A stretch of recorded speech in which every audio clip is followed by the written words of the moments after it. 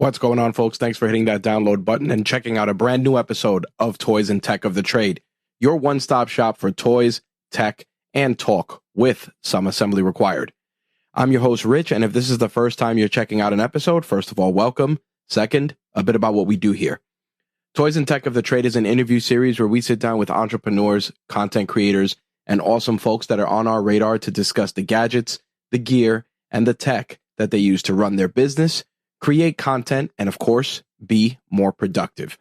Now, when it comes to the toys aspect of the conversation, it's more than just what are your favorite action figures, etc.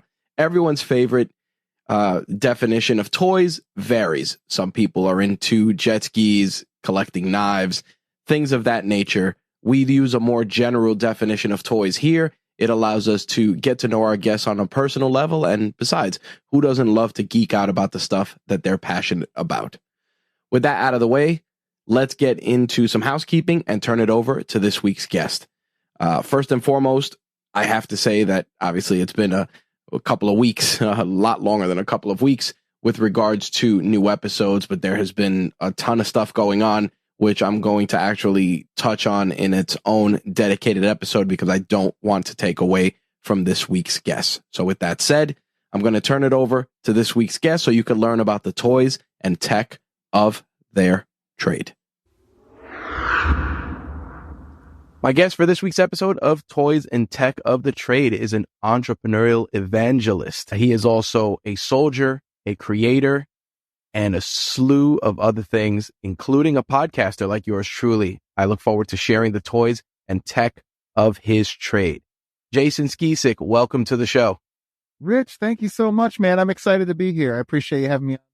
Yeah, I'm very excited. Your biography is just one of those that are only reserved for people that are incredibly creative, because I always talk to people that when they are creators, whether it's in the podcasting space or in the artistic space, they have a resume that just goes all over the place. You know, you're a soldier. Thank you for serving our country. You're a father. You're a content creator. You're a coach. You're so many things, but I want to start with the baseline, which is obviously your career in the military, because obviously that creates the discipline that leads to everything else. And what moved you to join the service? Did you have family members in the service, or was it something that just kind of worked its way into your orbit? That's a great question, Rich. So you already mentioned the spear and clover. And if you're watching the video, I have a tattoo on my forearm of a Spartan spear and kind of an infinite loop of rope that I call the spear and clover symbol. And it leads right into why I went into the military, because I needed to. The Spartan, the clover represents spirit of the puppy, which is like outgoing, friendly, fun, tries new things, but also kind of ADD, shiny objects over here, over there. You know, that's why I've had a kind of a diverse background.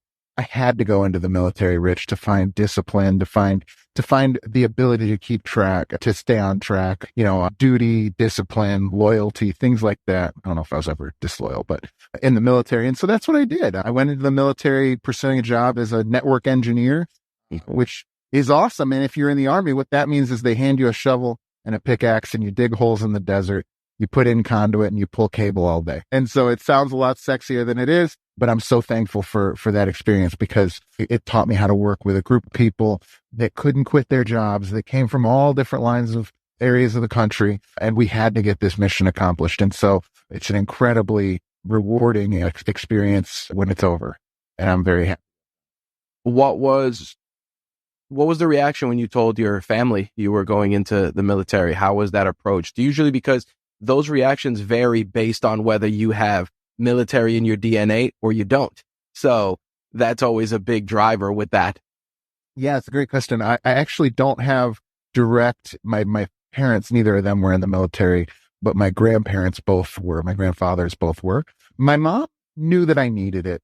I think she was sad. That I had to go, but I think she knew that I needed it. My dad had always wanted to be a soldier, so I think he was a little bit more okay with the decision.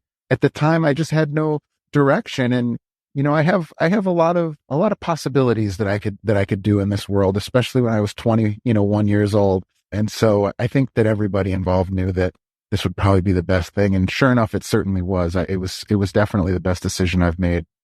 Now you lean into the fact that you felt that you needed it. And I want to unpack that a little further, because that's a very big moment of clarity for someone when they're young. Like, I'm kind of all over the place. I need to go someplace where there's structure. Usually that ends up happening when you get sent to like military school or you get put someplace because your parents or, academics see that you're just not, you're not disciplined enough. But for you to come to that realization on your own, it's a ballsy thing. But more importantly, you were self-aware enough to say, this is the path I need to take. What was that light bulb moment where you were like, the military might be the move for me? That's a great question. And it kind of goes back to why I'm an entrepreneur. I didn't realize this though, Rich, until I was in my mid-30s. But I can tell you now, I have the cheat code. I can look back and see it. I've always been an entrepreneur. When I was a kid, I loved snowboarding. I worked at the snowboarding hill. I loved skateboarding. I worked at the skateboarding shop. I loved cars. I worked at the car shop. I loved clothes. I worked at the mall. Well, turns out I loved pool and poker too. And so right out of high school, I was playing a lot of competitive pool, gambling, and then eventually started playing poker. This is right around 2003 when people were all excited about the World Series of Poker and everything. And I was good. I was good at it, but I was a bad gambler, which means that I would win, and then I would lose. And so this thing where I take the thing that I'm really excited about or passionate about and I turn it into a business, I've had that my whole life. And so at the time, the alternative to the army was, let's continue to be a degenerate gambler that's 21 years old and losing money that he doesn't have. And I was staying up till 11 in the morning. I mean, it was a very clear, I wasn't doing any drugs. I wasn't drinking. I wasn't doing anything, wrong aside from the gambling, but it was just one of those things where it wasn't helping anybody. I didn't even really have illusions that I was going to somehow, become wealthy from it. It was just kind of this, vicious cycle that I was stuck in. And honestly, the military, it's just that's a little canister of whiteout when you talk about your permanent record, right? That's right. Wipe it out and then start fresh. And that's exactly. What was that like in terms of being in the military? Did you ever run into instances, and I ask this for different people that are in the service because it does happen, where your will was really tested, where you said to yourself, man, did I make the right choice? Is this it? Am I going to make it? Did you have that? Only time that I can remember as a over 18-year-old person having a breakdown was in the military. And what happened was, so first of all, yes, I am someone who now has become a good listener, but that is not my default setting, Rich. My default setting is speaking. And so standing at attention when somebody is intentionally, misrepresenting something to try and get under your skin like a drill sergeant might, was very, very challenging for me, and certainly had some moments where I just couldn't help, but talk back. And certainly that paid the penalty for that. But the thing that I would think of was an actual breakdown was there was a period of time where we were in the desert. We were digging holes, like I was describing earlier. It was like 7, 12-hour days every week. And it was 115, 120 degrees out. Pretty brutal. And it's really, really hard labor. And there was this one comfort that I had given myself. And at the time, as a young man, I felt entitled. I was like, I'm working so hard that I'm entitled to this one thing. And that one thing was, technically, I could wear this jumpsuit. It was like a flight suit instead of my uniform because it's so freaking hot. And I think it's a reasonable compromise as a human being, right? To be like, I'm going to wear this. It's flowier. I'll be a little bit of tiny thing, but it wasn't the uniform that everybody else was wearing. And so I felt like it was entitled. And my sergeant, God love him, who was a great leader, came into my room and he's like, you can't wear that. That's not in the uniform for this unit. And I'm like, but it is. And I lost it. We were like 8 months into this very, very difficult, very, very stressful deployment. And I just, like a baby. Wow. I was like, oh, I'm not going. I'm like, you're going to have to lock me up. Oh, man. I'm lost. I've never, and so listen, man, as I'm even telling this story, there's just hundreds of thousands of much worse stories that people have lived through. But this was a moment for me where it was like, that was where I broke. I broke that moment. And, to his credit, he recognized it for what it was and kind of let me take a breath and get my shit together. And then he put it on me a little bit. Yeah. Well, I mean, you got to look at it like this, I think, and I'm a firm believer, iron sharpens iron, and pressure creates diamonds. And think about it. You went through that breakdown. And if the leader of the unit would have folded and would have said, we're throwing you in the brig, or you're being insubordinate, or they would have discharged you. Everything you've accomplished thus far would have been undone because of a jumpsuit. And I'm sure you reflect on that now, like, man, you know, like that's, and you know, I had a soldier a while back. We were talking for a podcast, and he said, you know, military kills your inner bitch. You know, he was like, he's like, you know, you get in there and it's, you know, you get carved out in there. And I remember he was talking about training for Paris Island, and he was like, you know, you ring that bell, you go home. And I was just, man, you know, like it's intense. And I can imagine, especially doing that, you know, you're running cable, you're in the desert, a million things could go wrong between the elements, whatever's out there, and, you know, the element that's out there. It creates a bunch of variables. Did you ever run through those scenarios in your mind? Like, man, what am I going to do if I'm out here and something pops off? Like, how are you wired for that? Because I ask, because those types of situations create a different level of awareness than day to day. Yeah, it's a great question. So for starters, what I did wasn't combat, but what I did was we lived just like everybody down there lived in the middle of a war zone. And so, you know, there was mortar fire coming in every day. There was things happening around us that were very unpleasant, right? We lived right next to a prison. So we'd go to lunch, and there's 12 guys on their knees with black bags on their heads. Yep. And I think honestly, at that age, I was cut out for it. Like very quickly. I mean, we'd be playing I remember one day we were playing basketball, and orders were going off, and you could hear them kind of walking in, and nobody really stopped playing basketball until it got to like pretty close. And then we just kind of like grabbed our stuff and went over. They have these little bomb shelters everywhere. But yeah, I don't know, man. I think in those situations, there are times where you ever had like an MRI? Yeah. There's that moment where you go like, this sucks that I have to sit in here and I can't move, and I'm claustrophobic. It is utterly insane. Okay. I'm glad I picked that example then, because it's like, we're here now. This is what we're doing. And I can either choose to be in terrible, terrible anxiety and upset and or I can fucking play basketball. You know what I mean? Like, and so that's what we typically did, is we would just play basketball. I mean, there's again, like, I don't have like wild stories, and certainly. Oh, of course. It's a wild situation though. It is one of those things where you live where you live. And I think about like the people that are currently going to work in Ukraine or something like that, and trying to make a life, you know, while all that stuff's going on around them. And it's like the resilience of humans, man. I don't take credit for that. You know, it's literally just you wake up and you go to work. You have to, and all sorts of things can happen, and you just don't really think about it too much. You know, what we would do, it's funny. I know you're like a toy guy. What we would do is we would talk about comic books. We'd talk about, what would you do? What would you do if you got $1 million, bro? I mean, like, there's like 3 things that we talk about every single day. You know, what would you do if you won the lottery? What would you do? What superpower would you have? And how much money would it take to make you do something kind of wild? And that was pretty much on repeat, man. Now, I want to talk a little bit as you're winding down and you come out of the service. What was your mindset like when you came out? Because a lot of people sometimes they have a tough time. And I use this analogy. They have a tough time plugging back into the matrix. Like, think about it. You're in the military. There's a schedule. Everything is boom, boom, boom, boom, boom. You wake up and you're like, damn, I need a job, you know, like, or man, I got to pay these bills, or I just have to acclimate myself to being amongst people that don't operate at the same level of efficiency that I'm used to. How was that? How was that first, you know, month or 2 out when you were back home? Nailing that. I mean, for starters, I had one of those things. The other 2, I didn't. I was very much career focused when I was in the military. So I was reading, honestly, it was a little misguided, but I'm glad I was doing it. I was reading all these entrepreneurial books, all these finance books. I had a subscription to Forbes while I was in the Army. I mean, like, I, in my mind, and tried to enact this when I got out, thought I'm going to get out. I'm going to go to school for finance. I'm going to become this titan of industry.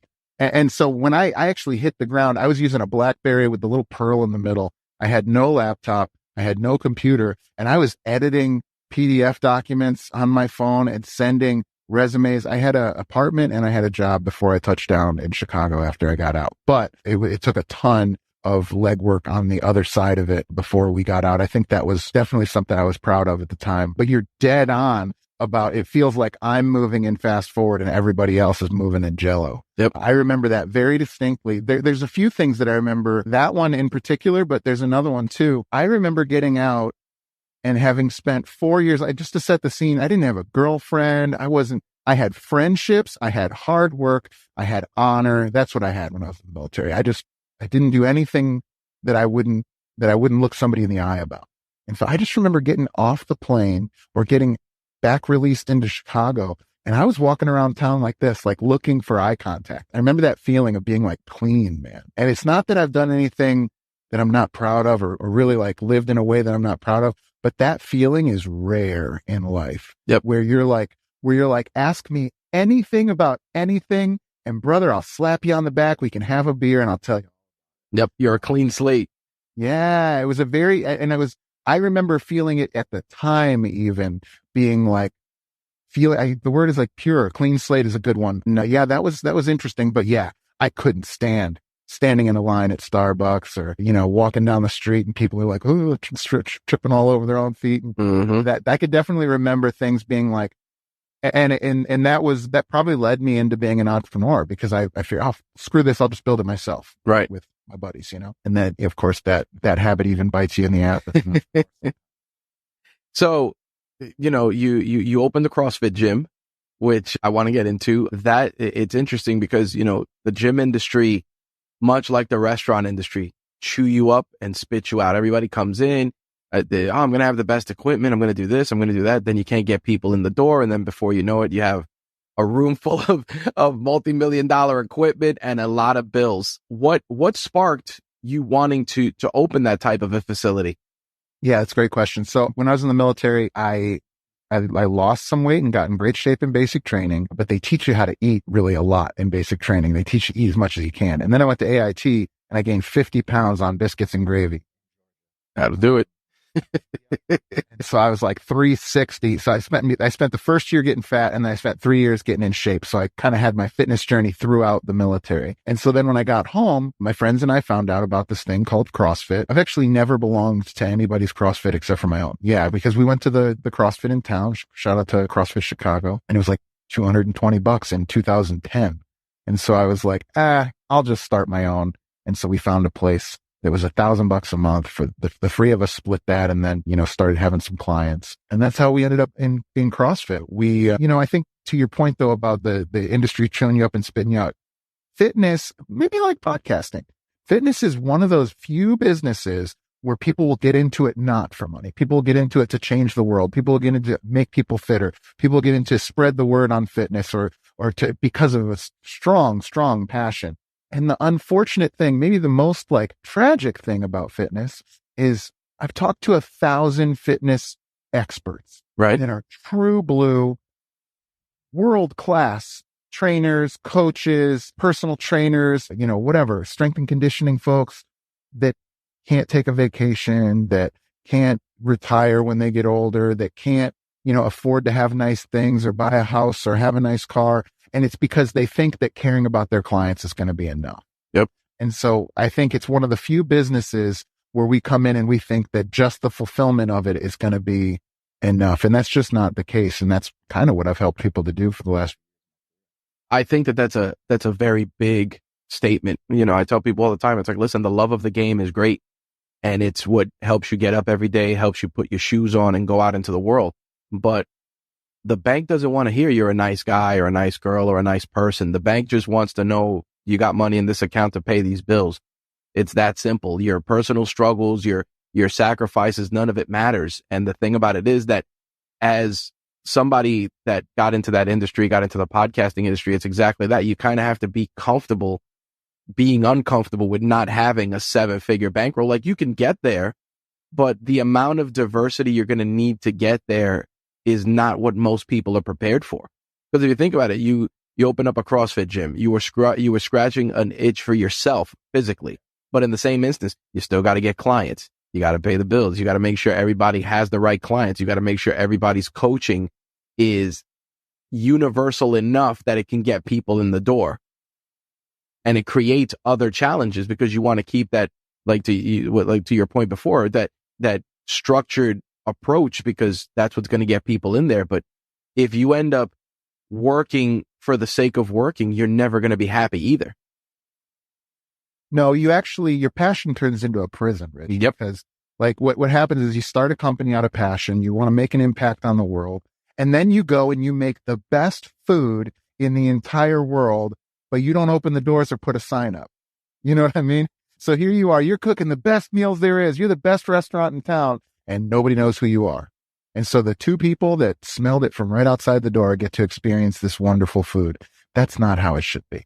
You need to be able to, your food deserves a bigger message, right, in order to impact more people. If you're a fitness guy, your program, your class, your tribe, your impact deserves to have the scalability it deserves. And so it's one of those things where I think we get myopic or short-sighted is what that means, right? Is we think I have to be the one to do it. Well, I can only help if I'm very lucky, 100, 150 people. Yep.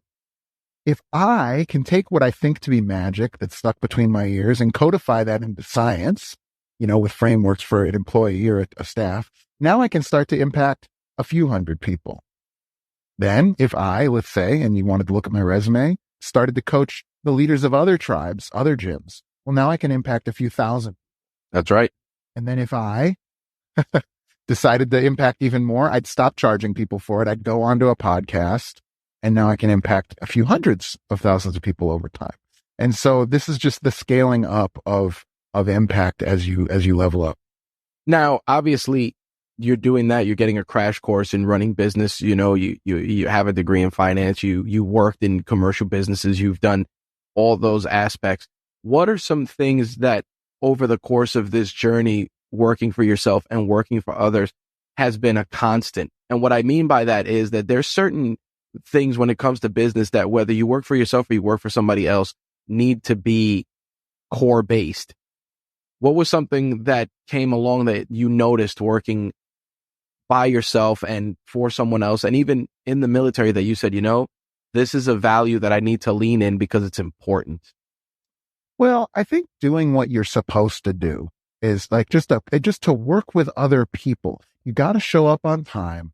If there's somebody that's waiting on you to complete some work or some part of some project, you've got to fulfill on that. You have to have accountability to the mission that you're on, whether that's in the military, whether that's in school, whether that's in a corporate environment or in your own business. You have to hold yourself accountable to your constituents, right? Whether that's your peers, whether that's your clients, whether that's your partners, or even just your family at home, right? And to me, I found out that I recently, I sold my CrossFit gym, or most of my CrossFit gym. I still have a small piece when I moved to Indiana. And I found out that it's not so much that I'm a CrossFit guy. I am. Shout out to CrossFit guys. I go to jiu-jitsu now and kickboxing. I'm a tribe guy.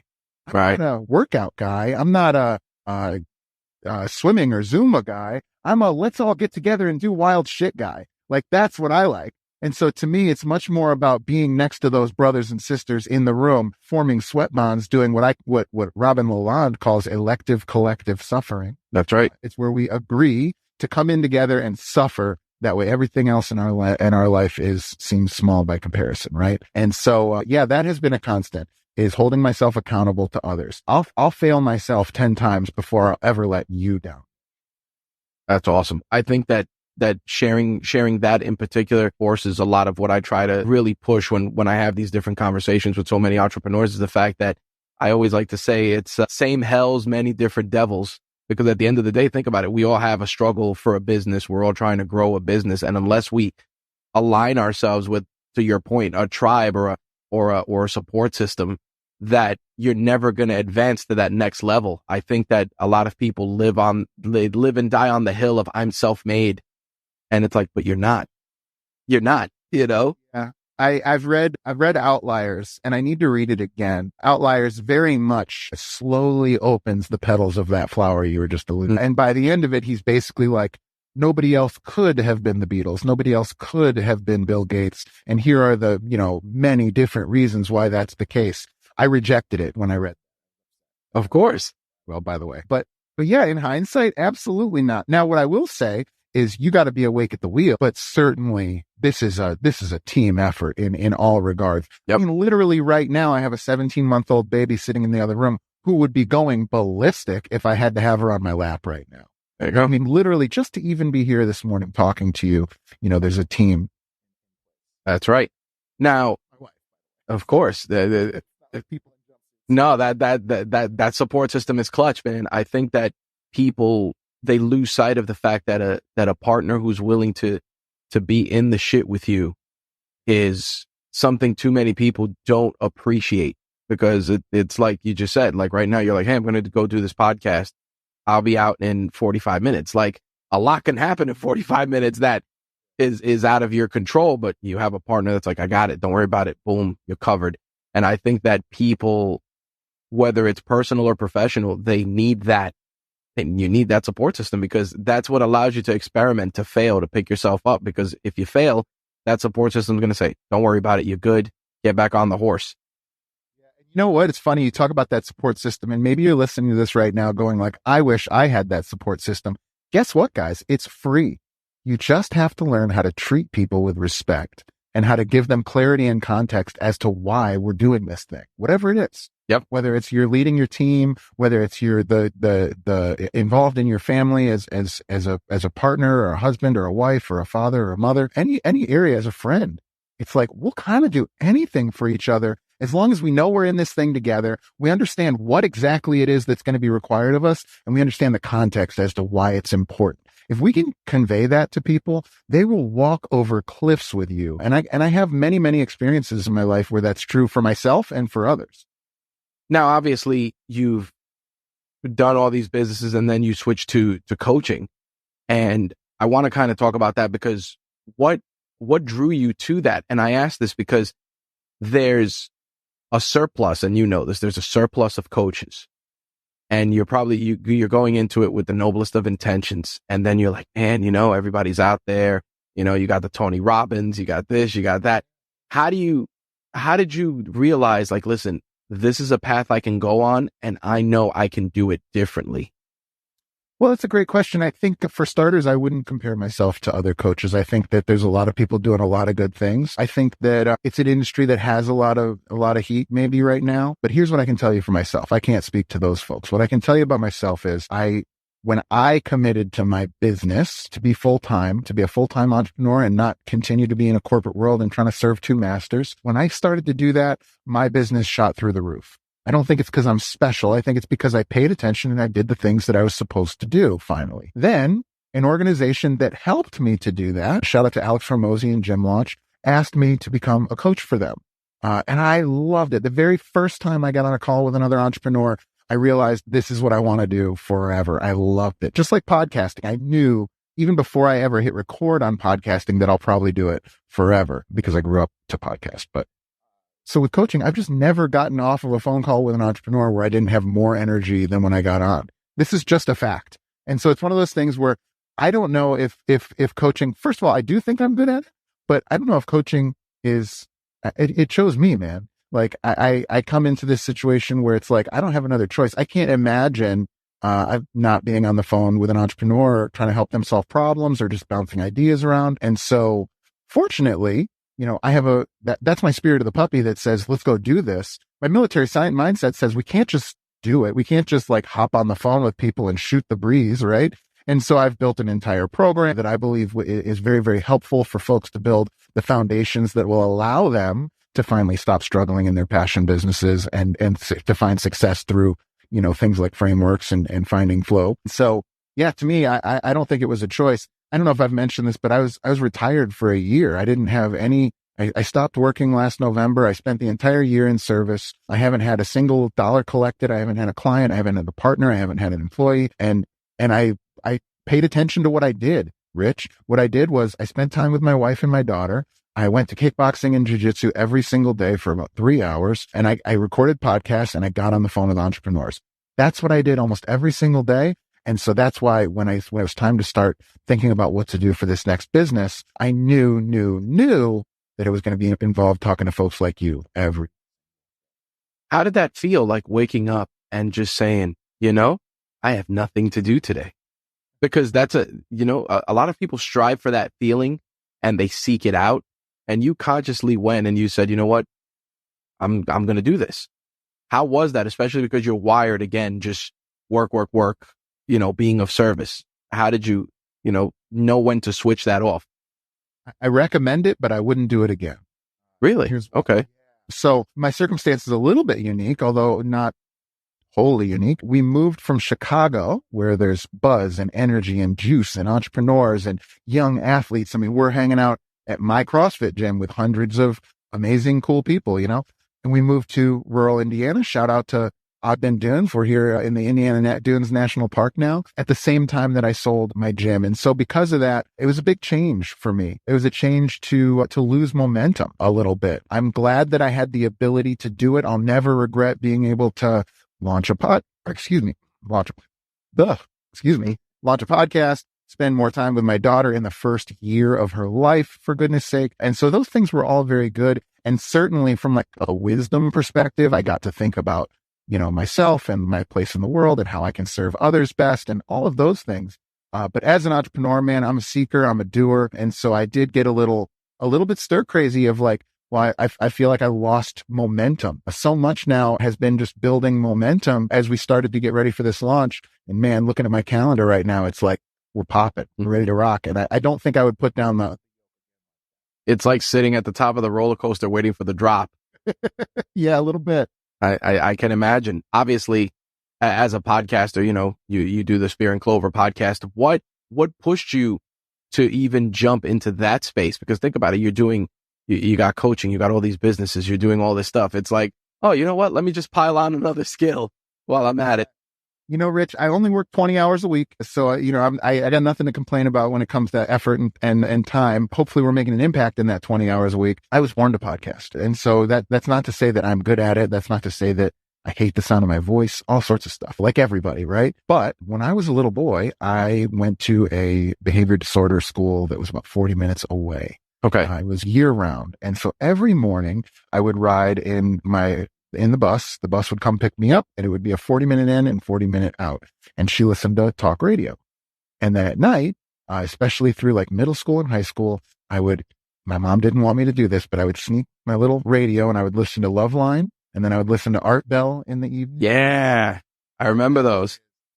Brother, Art Bell was Joe Rogan to like version 0.5 or whatever. Yep. Like it was, conspiracy theories and time travelers, aliens, shifters, aliens.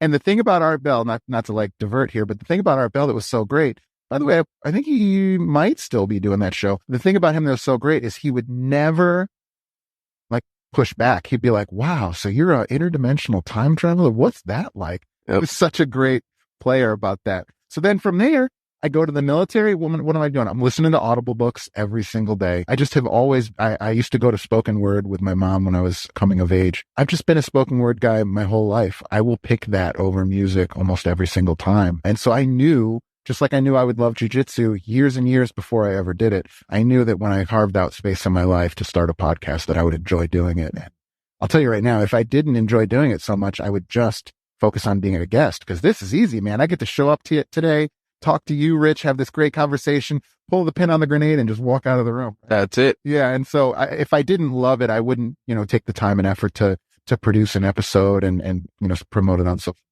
Yeah. I think that's a big part of it. I think that to your point, the being surrounded by that kind of makes it a no-brainer to kind of want to explore it because much like you, like my mom used to listen to Art Bell. I'd hear it in her radio while she's sleeping.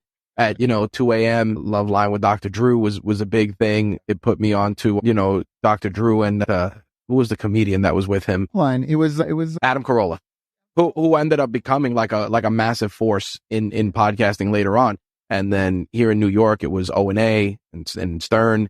So once you're surrounded by that stuff, it kind of, I always tell people, it inadvertently weaves its way into your thought process. And you go, yeah, man, I draw inspiration from that. And it's funny because if you listen to a lot of podcasters, they always, I want to say like 25 to 30% of them sound or try to deliver like Rogan does. Because they're so used to listening to Rogan or used to listening to like Tim Ferriss or used to listening to, so they approach it similar or Jocko Willink. And you kind of see that and you're like, those guys weave their way into your framework. And the thing about it is that when you do that, you don't have to imitate them. I always tell people, it's like, listen, take the silly putty they give you and mold it into yourself. Like, don't automatically just become a carbon copy of that guy, because that guy's success is exactly that, his success. Yeah, that's a great point. I think for me, and this goes, by the way, for like social media too. I respect Layla Hormozi wrote this one time, and she was like, hey, if you're sharing somebody else's memes, you're not adding any value. That's just, you're a copy machine, right? I don't remember how she said it, but it just occurred to me like, yeah, if I read a book, if I read Extreme Ownership by Jocko and I read 4 Hour Work Week, those are different messages, but it's my job, if I want to be a professional at this, to synthesize those two ideas through the dialectic and create this new third point of view. And so much of my career has been that, when you can do a thing, you can sort of hold it up and see it from one direction. Right. When you start to teach a thing, now you have to, by definition, explore it in all different angles. And so it gives you a depth of knowledge and of understanding. It's just so much more thorough and complete. And I think that that's what we try to do in the art form of podcasting, which is why inevitably, whenever I go for a speaking engagement or meet a bunch of entrepreneurs, particularly like the LinkedIn crowd, they're like, ooh, I think podcasting's pretty hot. I'm thinking about doing that. And I'll be like, how many hours every week do you listen to podcasts? Because no shit, I'm listening to 20 hours or more of podcasts while I'm awake. And I go to sleep with podcasts too. So it's like, I know I sound like a maniac here, but that's just me and my natural habitat. Listen, I've been doing this since 2006. So I know, I know exactly how that is, man. Yeah, man. You just blew my mind, Rich. Yeah, man. It's been a long ride. So, yeah. Stop. What were you doing in 2006? That's unbelievable. What was your podcast about? I was doing a podcast called My Take Radio, and honestly, it was scratching a creative itch. I loved comic books. I loved video games, but I also loved MMA and I loved pro wrestling. So what I did was I created a podcast that brought those four things together under one show. So I did it as a podcast, and then in 2009, I started doing it as a live call-in show. Same style like terrestrial radio. No, we used Blog Talk Radio. They reached out. They were like, hey, man, we got this call-in service. And I asked a buddy of mine to be the call screener. And 416 episodes later, we were, we crammed out, talked to different professional wrestlers, mixed martial artists, video game personalities, people in the film industry. It was wild. And then that served as the foundation to start like our podcast network. And everybody that ended up writing for the website we had got the podcasting bug, and then I taught them how to podcast. So you're my hero. Yeah, it was wild, man. Freaking legend. Yeah. Cool. Yeah. 2006. Yeah. It was early, man. Just a Logitech microphone and Audacity and speaking into the void and hoping for the best. Yeah. Crazy stuff. I wanted to ask before we move into the next segment, being a father now, what lessons from fatherhood have you brought into your business? Because it's a life changer, man. It changes your entire perception because you stop working for yourself. Yeah, that's a good question. I don't know. I don't know if I can answer that well. I think patience. I think podcasting and parenthood has given me patience. I agree. And I think that as coaching, I think coaching is interesting because in phase one, let's say you come about coaching in the right way, which means you're a subject matter expert. You've had success in the field that you actually want to help people in, which I think is like table stakes, right? Yep. Like you should at least have been there a little bit. Right. And so you step in the front door, and step number one is like, I have all the answers, just listen to me. And that's just not the most effective way to do it. You really, if for that to work, somebody needs to be so like immensely coachable and honestly, oftentimes not have some of the characteristics you want them to have. You want an entrepreneur to have like a point of view and strength and like courage of vision and things like that. And so if you actually want to impact like really strong entrepreneurs that can really make an impact on the world, you need to find a way to like become a part of their team and be shoulder to shoulder with them, not face to face. We're arguing, we're illuminating. And so very quickly, or not very quickly, but over time and through parenting, where there's just no logic built into that system yet, but through parenting and through podcasting, where I have to listen and not just wait to talk, not just think about what I'm going to ask next, but really actually listen and react to the person that I'm engaging in this conversation with, has made me a much better coach, because now I'm actually present in the conversation. I'm actually on your side, and I'm not convincing you to do the things that I think you should do. I'm helping to persuade you to do the things that you should. That's right. I think that one of the things as a parent is we're door openers for our kids. And I think that people kind of lose sight of how that applies to life, because think about it. When you're closing a coaching client, you're closing them on the basis that, listen, I'm going to help you open a door to a creative endeavor, to a business venture, to your next big idea that you weren't 100% sure of, that I'm validating for you to help you open that door and take that next step. And I think that as parents, we do the same thing. Because if you think about it, it's like, you're teaching your kid, hey, don't be scared of that dog, or hey, this is how you walk up the steps, or hey, you're going to fall. It's okay. And I think that people don't take those lessons and really break them down to basics for the next part of their journeys. So, the fact that you can see that is great, man, because so many people just don't take lessons in the real world and apply it to their business like that. They just are like, oh, I read this book, I heard this podcast, I watched this talk, and this is my entire identity to lead my business. And it's like, listen, Steve Jobs was a great leader, but Steve Jobs was an asshole. And I think that that's what people kind of, they're like, yeah, man, or look what's happening with Twitter, like everybody thought Elon Musk is this amazing innovator, and, the people that are getting fired from Twitter beg to differ. I don't know, man. The Elon thing, I think, is too current for me to really comment on. But one thing I'll tell you is I think anybody could be an amazing coach. And I think this is interesting, because there's like, what does an amazing coach really do? Do they tell you what to do, or do they ask you questions that ultimately reveal what you should do? And I think the people, now don't get me wrong, let's maybe draw some lines to like kind of clarify what I mean here. There are people that are, I would call tactical gurus or tactical teachers, or people that basically sell you a playbook, right? Right. I'm going to teach you how to run marketing. I'm going to teach you how to, structure your classes. I'm going to teach you how to build out, a salon. I'm going to teach you where the seats should go and where the plugs need to be. That's a different thing. That's not what I'm referring to. If you're teaching somebody how to do something, this is just a modern way for us to convey information. It's an alternative to college, right? If you say like, hey man, I'm a pizza shop owner, I've opened 20 of them, they're all profitable, I'm just going to show you how to open a pizza shop. That's great. When we talk about coaching, it's much more about standing side by side. You think about Tom Brady needing Bill Belichick. You think about Michael Jordan needing Phil Jackson. Yep. You need that objective third party to be like, hey man, you're doing great, but do you think maybe you could do this? Do you think maybe you could do that? Challenging them, asking these questions that anybody could ask. Like anybody could ask you, hey, Rich, I know your business is going great, but let me ask you this. If I sent you all the growth you could possibly handle, what part of your business would break first? That's not a monumental question that I have to come up with in a lab. No. But that right there will tell you the speed limit for your business, and it will tell you what the priority is if you want to get it moving again. And so it's one of those things. I have a young guy now, Mo, that works for me. He's my first employee in the new business, and Mo's 24 years old. And he's my brother from another mother, man. He's like a second brain walking outside of my body. And one day I was driving through the Appalachian Mountains. I was on a call with him, and I was just asking him questions. I was like, hey, so how did you do so well in jiu-jitsu and in swimming? And he's answering these questions one at a time. And over the course of this conversation, just by asking him questions about how he lives his life, I was like, dude, you could run a business. You can coach any business owner at any level. The only thing stopping him, because the way he lives his life is virtuous and honorable, and he does the things he says he's going to do, and he asks for help when he needs it, and he works his ass off. He could be a titan of industry. So what remains? All that remains is this ad hominem thing where it's like, but who are you?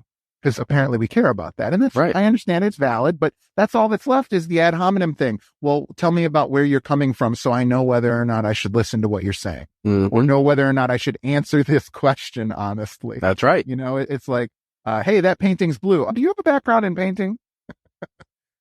It's true. I think that too many people gift wrap themselves in ideologies instead of being in terms of where their paths are going to lead. I think, people are like, my dad was a carpenter. I'm going to be a carpenter. My kid's going to be a carpenter. And it's like, well, instead of doing that, why don't you teach carpentry?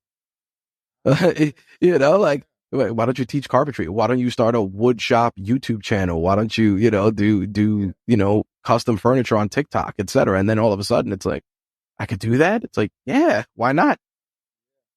Yeah, I think too, there's, of course, limiting beliefs is a word that I'm sure you and I both use often. Every day. And we all have them. And I think same thing as before, there's levels to this game. There's levels to your understanding. And at one level you go like, oh, I found out that I have a limiting belief. But then there's like a whole nother level where you're like, okay, where are my limiting beliefs? Because I get that dopamine when I realize once I remove one or reduce one, I go, oh, wow, this is easier now. And I get more money. Okay, cool. All right, where's the next one? And you start to really, really start to look for them more and more. And honestly, talking to folks like you on podcasting, even I've found has helped me kind of with meta-analysis and stuff like that. Because you hear stuff coming out of your mouth as an answer to a question. And you're like, oh, there you go. I think in some ways that's what we provide for. There you go. I want to just switch gears for a second. I want to get into our hot seat segment. We're going to go through a couple rapid fire questions based on our conversation. First one is easy. What's a typical Monday morning like for you? So every day is the same for me, except for the weekends, because society won't let me. Yep. Every morning I wake up and spend time with my wife and daughter, Lucy, and then I go to jiu-jitsu and kickboxing, sometimes just one or the other, depending on how much time I have with helping my wife and baby out. And then quick shower and lunch. I work from 1 until 5 on productive work. That's podcasting, that's coaching, that's building new products, that's whatever. And then at around 5, I stop. We make dinner. Lucy has bedtime, bath and bedtime, and then Donna and I. That's a great schedule. Now, obviously with podcasting, I see you got your Shure in there. You got all your stuff. How's your prep work when it comes to podcasting?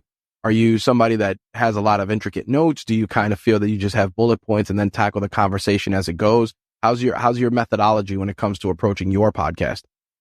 So I would say typically, what is Larry King? I like the Larry King model of, I don't know anything about you and I'm just going to ask you questions. However, one caveat is my good friend now, Ryan Sprague, who's a cannabis coach, fantastic human being. He honored me when I came on his show the first time by this beautiful write-up that had not a single word from my bio, right? And he spent probably 15 minutes just writing, sort of like figuring out who I was and writing, Jason cares about this and he's passionate about that. Really like painting a beautiful picture. And I just realized when he did it and I stopped the conversation and I was like, dude, nobody honors people unless they're dead or married or something. Right. You don't honor people enough. And so I've really tried to make an effort of spending a little bit of time before a podcast just to have a really beautiful kind of honoring introduction for that person. Because what I find is you can see it lift them. They're more buoyant. They're happy to be there. They feel honored. And so that's the only thing that I do for research. And then from there, it's very much like what you're doing here, which is just kind of reacting and engaging and listening. There you go. What's the first place you go to when you open your phone? Probably Instagram right now. Really? That's become the platform of choice, huh? I hate Facebook. I'm trying to move everything I can to Discord if I can, and the world is telling me not to, but I bet a guy like you will give me a little support on that. I tell people all the time, I go, listen, man, always make sure that every platform, which is a breadcrumb, leads back to your house, whatever it is, whether it's your website, your mailing list, your Discord, because at the end of the day, if going back to referencing Twitter, if Twitter folds tomorrow and you built your entire identity on that platform, guess what? It's gone.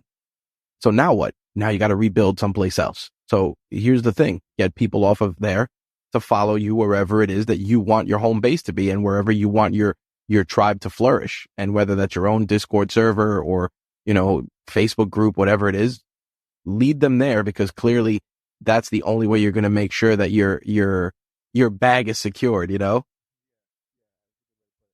What's 3 mobile apps you can't live without? My camera. I mean, I could be lame. My camera, my text messages, and my Chrome, right? I mean, right. Those are the 3 things I can't live without. And honestly, I'm struggling to think of anything that I use that I would value other than that. How much has your camera usage gone up since becoming a father? Oh my gosh, so much. Yep. This mirrorless camera I'm talking to you through right now has been instrumental in being a father. Oh man, I remember it's like, oh, I used to get a phone with large storage just for my own creative itch, and now it's like, look, now I create folders for every year that my kid's alive, and I'm like, oh, here's year 3. I took 3,000 photos for year 3. There you go. What's something that you recently looked up on YouTube for yourself? What is the engineering tolerance of Legos? Really? Yes. No, I wanted to know what the tolerance is. So this is a great question because it could have been anything. Yeah. It is actually something I looked up. I wanted to know what the engineering tolerance for Legos was because I was like, they stick together so well time and time again. Like, is it the material that's like acquiescing, or is it like a certain and it turns out it's like 2/1,000,000th of, it's like 2/2,000ths of a millimeter is the. Oh man. And the incredible pain when you step on one. And they're compressed under like 25 tons of pressure. Wow. And I just learned something new then. What's something you purchased recently that's less than $100 that's made your life just easier or just more enjoyable? Nice. Simon. Best gift that I've ever gotten. Simon came out when I was like the right age for Christmas. Yep. And I got Simon one year, but this is a story. I snuck down before everybody woke up and I opened up all my presents. And so my dad took them all back, locked them in this, the little Harry Potter room under the stairs. Yep. And I earned back one present per week. And this was the marquee present. That's awesome. This is like stuck in my brain. That's tremendous. What was the last book you read? I am currently, so Essentialism is the last book I completed, and I'm currently rereading Never Split the Difference by Chris Voss. Both of those are like Hall of Fame books. Absolutely. What was the last TV show you watched with your missus? We just finished Seinfeld and we started Curb, which is kind of like a routine. Nice. Obviously, we talk a little tech. What was one of your favorite toys growing up besides Simon? So I bought a Power Glove for Nintendo when I was really little, and I immediately cut the cable off of it and the gun so that I could play Robo. That is outstanding. When I was young, at least. Yeah, man. I think of skateboards. I think of, I played a lot of Nintendo and N64, of course. But yeah, man, I think mostly tech wasn't a big part of it. Mostly I was out. Nice. Being a kid. Speaking of that, what did you want to be when you were a kid? I don't know if I could have. I don't know. A ninja, probably. I was hell on wheels, dude. I would like set traps in the backyard with like cinder blocks and like punji sticks dug into holes, and like people would come around the corner and I'd jump on their back and try to rear naked choke them. My dad introduced me to the UFC in 1993. Nice. So it was off. That's tremendous.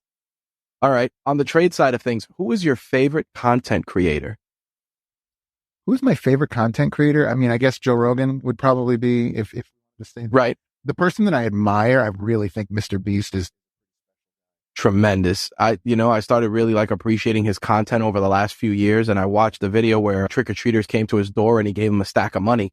And the thing about it was that I'm a very big believer that I dislike social media stunts for the sake of clicks, meaning that you're doing charity for clicks.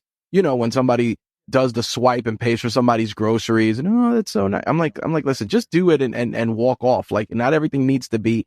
And for Mr. Beast, I thought that was genuine because think about it. Any random child could have knocked on that door and they would have got a stack of money. It didn't matter. And that was cool. That was just a great equalizer. Yeah, I totally agree. But to react to your point about the other thing, when I see some like guy that kind of looks disheveled and some kid walks up and goes, here's $1,000. I'm kind of like, you just kind of bought that dude's dignity. Mm-hmm. Leave me alone, man. Like, you don't know my life. I might have a lot of money in the bank. Yep. That whole little genre, I think it's just swagger. I think it's just people trying to big time and kind of, conspicuous. Yeah, it's weird. I just find it so skeevy. But he's not that way. Nope. I think part of it is the glam element of it. He's so over the top and it's so fun, and you can see him having fun giving it away. Yep. There's moments, I think some people are tone deaf to this, but there's moments, the people in culture that we like, when they do wild shit, Steve-O, when they do wild shit, you can see that they're loving doing it and you're not the butt of their joke. You're right in on their joke. Whereas like when you listen to, let's say, the Jerky Boys in comparison to Steve-O or Jackass, when you listen to them, it's like, no, you're the asshole. They're making you an asshole and they're profiting from it. Yep. And I think in general, I don't like mean-spirited stuff like that. Yep. I think, like I said, the Halloween one was good when he asks people if they're subscribed to his channel and then they get like a car or something. Like there was one with a woman, she got a car and the little kid, her son that was with her was like, this is the greatest day of my life. And I'm like, man, like that's just, you can't manufacture that. And that's just good-hearted stuff. What's a myth that you feel you pretty much shattered when it came to business or personal development? I think probably that you have to spend a lot of money on advertising in order to find success. Hell yeah. I agree with that. What's something you've changed your mind on in the last 12 months? That. Really? Yeah, it was like, I just proved it to myself the other day. So we didn't talk about it a lot, but I'm a financial analyst by training. So I used to analyze companies and determine if they're creditworthy, whether or not we would lend them millions and millions of dollars, right? And so I'm that military mindset. This is not my nature, but I can get into spreadsheets and actually have found kind of the connective tissue where I love doing it. And so I model quite a bit. And one of the things that I think a lot of people struggle with is it's easy for me to understand a sales funnel. I spend this much in my advertising. And if you're listening, this is boring. I'm sorry. No. I spend this much on advertising. I get this many clicks. I get this many opt-ins. I get this many schedules, this many shows, this many closes. This is my front end cash. This is my long-term value, right? That's a sales. Yep. In 10 seconds. But if I ask you how much you make as a podcast guest, or if I ask you how much you make as a referral person, well, there's all this sort of nebulous data that has to be understood in order to really track that. And so it's absolutely like, it's things like what percentage of my time are spent, marketing myself organically? What do I pay somebody to manage my social media? How many referrals have I gotten? Have those referrals turned into leads and sales? Well, I actually did that model for myself, and I'd be happy to send you one. Did that model for myself, and I found out that as of right now, today, I'm about in parity with what I would get in my previous business, which was consulting for gym owners. Ads is about $1,000 to acquire a high ticket. I'm talking a high ticket entrepreneur, right? But here's the beauty of that. And something that I think Gary Vee knows, and I think Grant Cardone knows, and I think all those guys that are really doing this, like moving chips on the table, the ads, if I want to go out and buy a client, which I do, here's $1,000 bill. Boom, buy a client. Here's $1,000 bill. Boom, buy a client. This is good. This is a conveyor belt, right? But what I figured out the other day, and it should have been obvious, was let's say it cost me $1,000 to get 4 clients. So I'm spending $4,000 a month just to make this simple. I can spend the same $4,000 a month. I can level up my knowledge. I can level up my ability to edit. I can level up the real audio that I use. I can get a bigger following over time. And by definition, my cost to acquire a client will come down approach zero, because I will spend a similar amount of money, but I will wield a much bigger audience and a much bigger impact. And so I'm giving it away for free here today, Rich. But that to me was like, oh, I'm never going to do another paid ad until I feel like I've capped that out, which I think that's tremendous that you shared that, because I think too many people get stuck in the keeping up with the Joneses, meaning, you consume, Alex Hormozy's content, Gary Vee's content, and then all of a sudden it's like, I'm going to use Gary Vee's $1.84 strategy. And it's like, you realize that his whole $1.84 strategy is based on you actually doing the work. Like, think about it. There's no ads. There's nothing. It's you going in, DMing, messaging, being active. If you don't have the dispensable time to do that, you've already lost.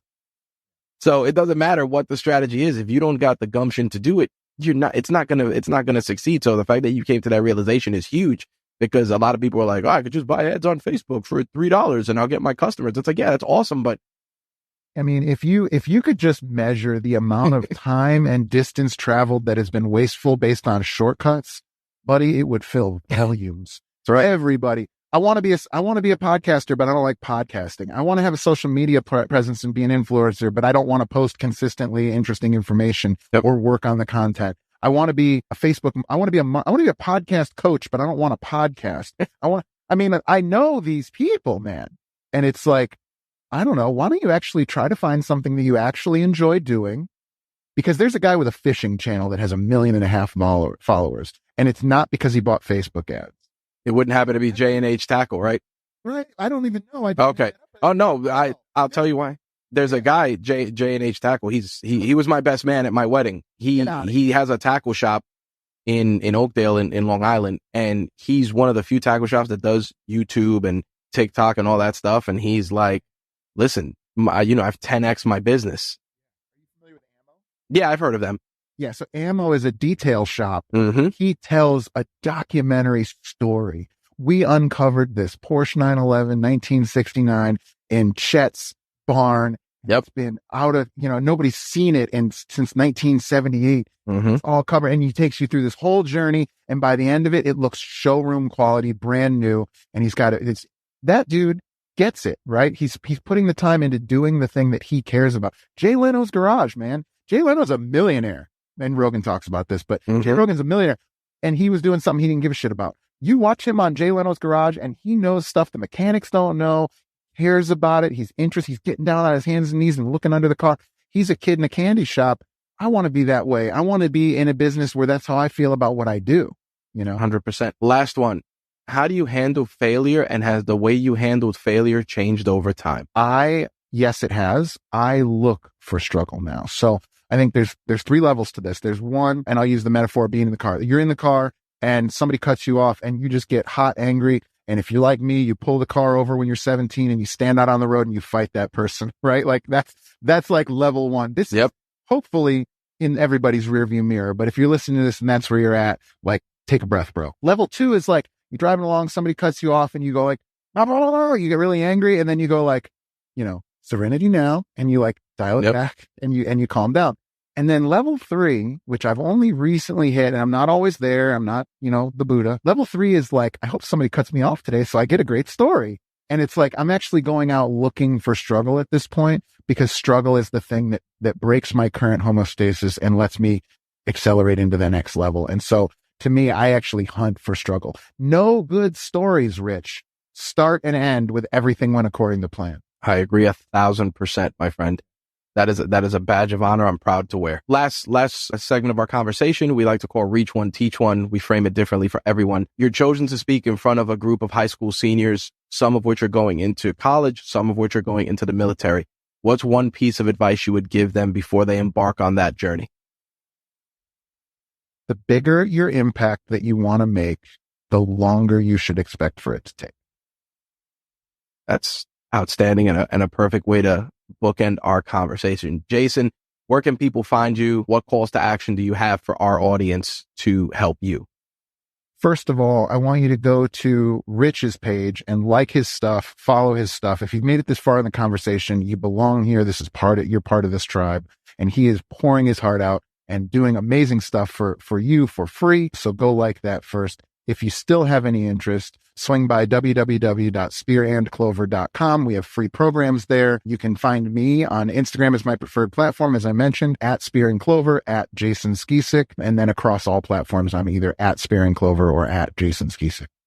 Very, very awesome. Jason, thank you truly for taking the time to share the toys and tech of your trade. I am honored to have gotten to speak with you. Thank you so much.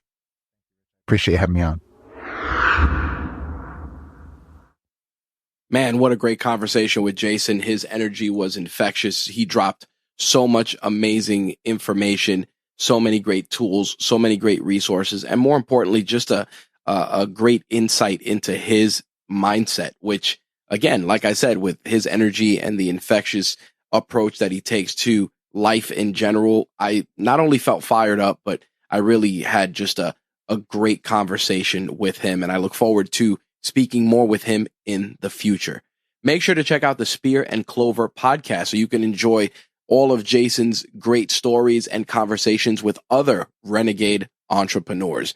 And we'll make sure to put links to that in the show notes for this episode, as well as links to everything Jason and I discussed. As always, full disclosure, some of those items may contain affiliate links, which if you click, we will receive a small commission at no additional cost to you, which of course goes towards continuing to deliver great content via our various platforms, whether it's the website, the podcast network, this podcast, or any place else we may be. That's where those affiliate dollars go. So every click on one of those links, we truly, truly appreciate. As always, if you want to keep up with RageWorks, the RageWorks podcast network, toys and tech of the trade, feel free to punch those in your social media platform of choice, and you will find us because we are pretty much everywhere at this point. Even Pinterest. Last but not least, if you'd like to be a guest on a future episode of Toys and Tech of the Trade and share your stories with us and our audience, feel free to email me, rich@rageworks.net, or visit the Rageworks Network. Fill out the contact form there, and we'll get back to you and schedule you and share your story with our audience. I love talking to different people from different walks of life that just operate very differently, because there's a lot of great lessons you can take from their stories, and there's a lot that we can learn from each other. That's enough of me running my trap. Let's get out of here, and I'll see you guys in 2 weeks. Thank you for all your continued support, and we'll see you next time on Toys and Tech of the Trade.